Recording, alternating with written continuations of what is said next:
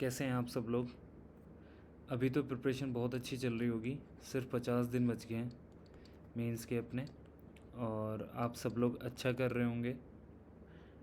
S A, ethics और आपका optional, proper answer writing में सारी चीज़ें, की फैक्ट्स है ना, की वर्ड्स, ये सब आप लोग यूज़ कर रहे होंगे अभी अपना आंसर राइटिंग करते टाइम। तो उसी चीज़ों को एनरिच करने के लिए और उसी चीज़ों को अच्छा बनाने के लिए, उन्हीं आंसर्स को, तो हम लोग कुछ चीज़ों पे रोज़ वीडियो बना रहे हैं। तो हम लोग उसी में एक वीडियो है उसी सीरीज़ में, उसको हम लोग डिस्कस कर लेते हैं। तो हम लोग अभी स्किल की बात कर लेते हैं कि इंडिया में भी कितना स्किल है और किस तरीके से ये डिवीज़न है। तो इंडिया में अभी क्या है कि 73 मिलियन ऑफ वर्कफोर्स जो है उसी को वोकेशनल ट्रेनिंग मिलती है। सबको वोकेशनल ट्रेनिंग नहीं मिलती है यहाँ पे, मतलब वर्कफोर्स अगर आप देखोगे तो 242 मिलियन है, लेकिन जो वोकेशनल ट्रेनिंग है वो सिर्फ कितनों को मिल रही है, 73 मिलियन लोगों को। फिर दूसरा पॉइंट बात बोलता है कि जो इंडिया में जो स्किल्ड वर्कफोर्स है वो सिर्फ कितना है, 5% है। कुछ ज़्यादा ही कम नहीं है। अगर यूएस के कंपैरिजन में देखें, यूएस में 52% है, जापान में 80% है। ये बहुत ज़्यादा है, इसीलिए these countries are called as developed countries, क्योंकि वर्कफोर्स इतना स्किल्ड है वहाँ पे, तो वो हर काम करने में सक्षम है। इंडिया में अभी सिर्फ 5% पॉपुलेशन ऐसी है या वर्कफोर्स ऐसा है जो स्किल्ड है, बाकी लोगों के पास तो स्किल है ही नहीं ना। तो ये एक बहुत बड़ी प्रॉब्लम है। फिर उसके बाद लेकिन एक इंडिया के पास जो कह सकते हैं ब्रह्मास्त्र है, वो क्या है, demographic dividend. Demographic dividend demographic dividend मतलब जो हमारी जो मैक्सिमम पॉपुलेशन है वो किस एज के बीच में है, 15 to 64 के बीच में है। और ये जो हमारा डेमोग्राफिक डिविडेंड है ये हमारा कब तक चलने वाला है, 37 ईयर्स के आसपास, या मतलब मैं बोलूँ कि 2055 तक चलने वाला है। तो ये एक बेनिफिट है, बट ये बेनिफिट तब है जब इस डेमोग्राफिक डिविडेंड को यूटिलाइज़ किया जाए अच्छे से, इनको स्किल दिया जाए, इनको ट्रेन किया जाए, तब जाके कहीं हम लोग इसका अच्छे से यूज़ कर पाएंगे। अब आप एक और चीज़ देखो, जो हमारे यहाँ पे है उनकी लो एम्प्लॉयबिलिटी है, only 45% as per India skills report. India skill की रिपोर्ट बोलती है कि जो एम्प्लॉयबिलिटी का मतलब है जब आप पहली बार एम्प्लॉयमेंट खोज रहे हो, आप जॉब खोज रहे हो, तब either you are able to do that job और नॉट, यू आर कैपेबल और नॉट। तो वो जो एम्प्लॉयबिलिटी है वो बहुत कम है, बहुत कम परसेंटेज ऐसे है लोगों का जो उस जॉब के लायक होते हैं या उस जॉब को कर पाते हैं। फिर आता है कि जो हमारे यहाँ पे क्वालिटी जॉब्स है ना वो डिक्लाइन हो रही है, उनका डिक्लाइन हो रहा है, अच्छी क्वालिटी की जॉब्स नहीं मिल रही है। They have to go in different professions which are not up to their education, और जितना उनका क्वालिफिकेशन है वो उनको नहीं मिलता है।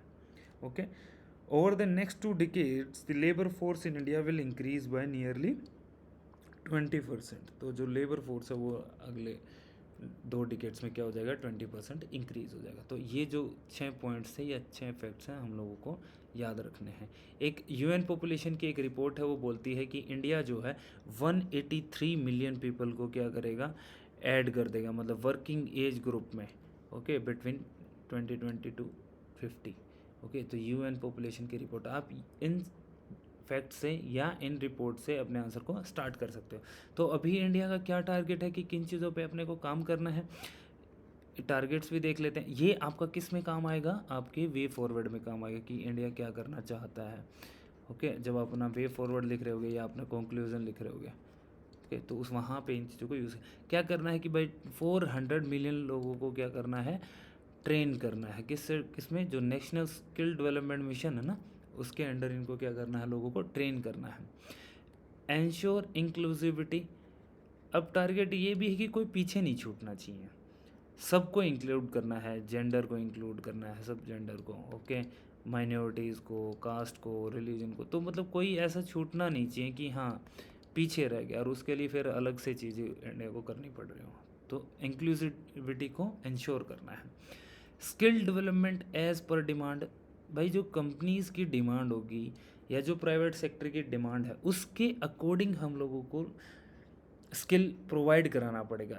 कंपनी की डिमांड है कि इस बंदे को कोडिंग आनी चाहिए, तो उनको ऐसे ही लोग मिलने चाहिए जो कोडिंग कर सकें, तो हमें लोगों को कोडिंग सिखाना पड़ेगा।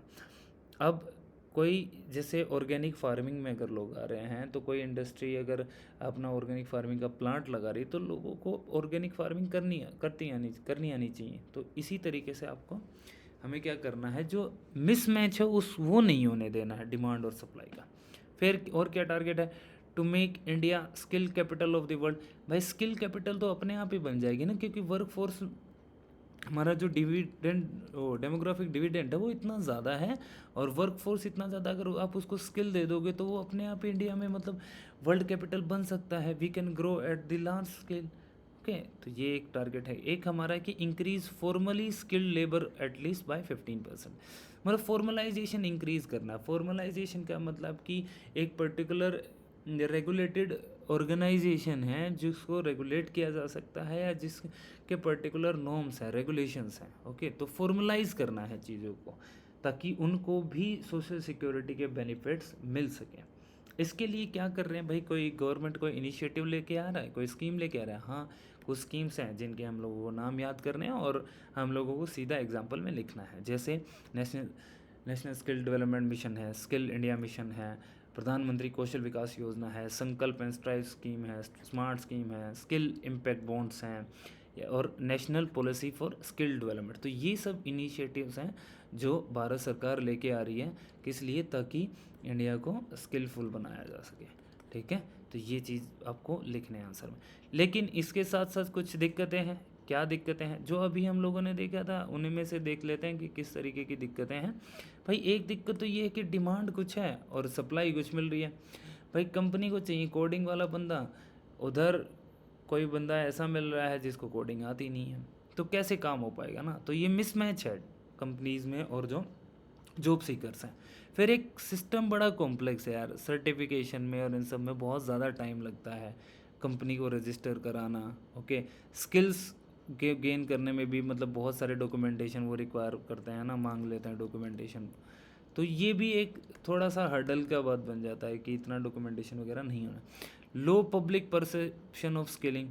अब ये भी है कि जनता का कुछ परसेप्शन कम है कि यार स्किल लेके क्या करेंगे, ठीक है, जो मिल रहा है ले लो, है ना। तो पर्टिकुलर एक स्किल के पीछे जनता नहीं जाती है कि हाँ मुझे ये सीख लेना चाहिए, क्योंकि सीखने में टाइम लगता है and people don't have that much passion, पे मनी, टाइम, क्योंकि कुछ लोगों पे शादी का प्रेशर रहता है या कुछ। अब कोई टीचर नहीं बनना चाहता है तो उसे, लेकिन फिर भी टीचर बनना पड़ जा रहा है, तो बट टीचर बनने के लिए उसे स्किल्स चाहिए, और स्किल सीख के बिना ही टीचर बन जाता है, या मतलब और किसी प्रोफेशन में चला जाता है। फिर poor quality of infrastructure. Poor quality of infrastructure मतलब हमारे पास नंबर ऑफ इतने ITIs नहीं हैं जो स्किल प्रोवाइड कर सकें, इतने अच्छे कॉलेजेस नहीं हैं कि भाई मतलब कॉलेजेस में प्रैक्टिकल एजुकेशन नहीं है। ओके, या फिर गवर्नमेंट की स्कीम्स तो इतनी ज़्यादा हैं वो, लेकिन इम्प्लीमेंट प्रॉपर तरीके से नहीं हो पा रही हैं, तो वो सारी चीज़ें आप लिख सकते। फिर जेंडर गैप भी है। जेंडर गैप भी एक चैलेंज है कि वुमेंस को इन चीज़ों से जनरली जो जॉब्स हैं उनसे दूर रखा जाता है। जैसे नाइट में जॉब करना है, ओके, गार्ड की नौकरी है उसमें, है ना। तो या पर्टिकुलर कोई स्किल, जैसे कोडिंग आप देखोगे तो लड़कियां कम कर रही होती हैं, और फील्ड पे जब काम करना होता है या जो फैक्ट्रीज़ होती हैं उन पे लाइन पे काम करना होता है, तो वहाँ पे भी लेडीज़ कम होती है। तो ये जेंडर गैप भी है, ये भी एक बड़ी प्रॉब्लम है। Lack of career counselling. अब लोगों को पता ही नहीं है कि यार मेरे को किसी पर्टिकुलर कंपनी में जाना है तो मुझे उसके लिए क्या करना होगा, या वो कंपनी की क्या स्किल डिमांड है वो भी नहीं पता है। ठीक है, तो ये सारे कंस्ट्रेंट हैं और चैलेंजेस हैं जो आपको मेंशन करना है। भाई करना क्या चाहिए वो भी देख लेते हैं कि क्या वे फॉरवर्ड होना चाहिए। तो सिंपल सी बात है, जो जो कमियां थी उन्हीं को सही से कर लेते हैं तो अपने आप चीज़ें सही हो जाएंगी। जैसे main streaming skill development with education. भाई एजुकेशन को और स्किल डेवलपमेंट को कनेक्ट कर दो, है ना। कॉलेजेस में ही चीज़ें सिखाई जाएं, स्कूलों में ही स्किल कुछ ना कुछ बनाया जाए कि ये पर्टिकुलर बच्चा जो है इसमें ये स्किल है तो उसकी उसी स्किल पे काम किया जाना चाहिए। स्टैंडर्डाइजेशन ऑफ सर्टिफिकेशन का स्टैंडर्डाइजेशन करो, है ना। पर्टिकुलर एक फॉर्म में होनी चाहिए, रेगुलर होनी चाहिए चीज़ें, ऐसा नहीं होना चाहिए कि कुछ भी रैंडम सी चीज़ें हों। ओके, ऑल्टरनेटिव फाइनेंशियल सोर्सेज को भी खोजना पड़ेगा कि हाँ जिस तरीके से क्या किया जा सके कि कंपनीज़ को सेटअप किया जा सके, लोगों को स्किल प्रोवाइड की जा सके, तो फाइनेंशियल सोर्सेज हम लोगों को जुगाड़ने पड़ेंगे। Encourage private sector. अब क्या है कि पीपीपी मॉडल पे काम करना चाहिए, प्राइवेट सेक्टर को भी आप साथ लेके चलना पड़ेगा आपको, क्योंकि private sector is doing good in their field. क्योंकि हर फील्ड में पब्लिक सेक्टर जो वो काम नहीं कर सकता है उतना एफिशिएंटली, तो इसलिए प्राइवेट सेक्टर को भी आपको एनकरेज करना पड़ेगा। फिर लास्ट चीज़ क्या है कि इंडस्ट्री और एकेडमी का पार्टनरशिप। भाई कॉलेज में बच्चे प्लेसमेंट लेते तो इंडस्ट्रीज़ को कनेक्ट करना पड़ेगा, इंडस्ट्रीज़ आएँ, वहाँ पे इंटर्नशिप कराएं, उनको ट्रेन करें बच्चों को कॉलेजेस में आके। तो इस तरीके की पढ़ाई होनी चाहिए ताकि वो बच्चे आगे जाके इंडस्ट्रीज से कनेक्ट हो सकें और अपनी या जीडीपी में कंट्रीब्यूट कर सकें। तो ये कुछ वे फॉरवर्ड थे। तो ये अपना टॉपिक था स्किल से रिलेटेड। आप इनके पॉइंट्स को लिख लेना और अपने आंसर्स में इनको यूज़ कर सकते हो। That's all, thank you very much.